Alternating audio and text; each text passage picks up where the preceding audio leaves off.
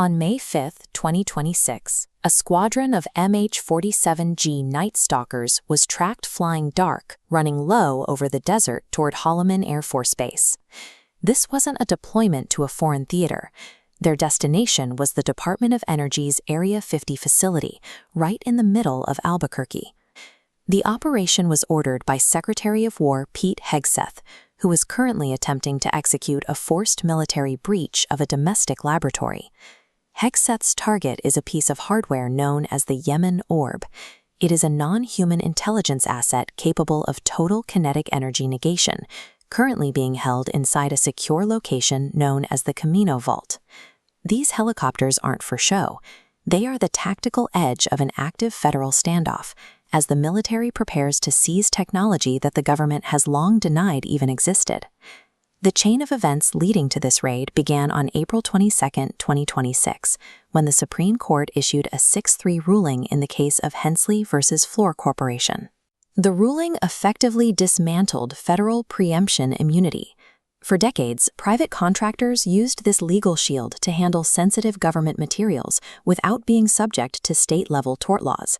Private firms like Lockheed Martin and Northrop Grumman could no longer hide non-human hardware behind Title 50 intelligence classifications to avoid accountability. Without a specific, active government contract to justify possession, holding this hardware was instantly reclassified as the felony theft of sovereign government property. This legal shift meant that corporate gatekeepers were suddenly in possession of stolen goods.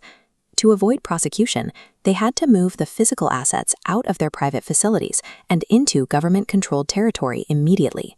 We follow the trail of these assets through frequency matching. A 2.9 terahertz signature connects 3 events. First, the Yemen Orb emitted a 2.9 terahertz resonance, bouncing incoming missiles. Second, JPL scientist Monica Jacinto patented Mondaloid to vibrate at that exact frequency. She vanished shortly after.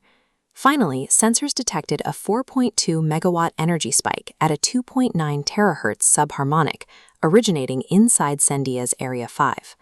To get the hardware into the Sandia Vault, contractors used the reactivated biometric profile of Major General Neil McCasland, the former head of the Air Force Research Laboratory. McCasland had been missing since February. His physical biometric data was the only authorization that would allow for the immediate transfer of the orb into the Yemen Vault without alerting military command.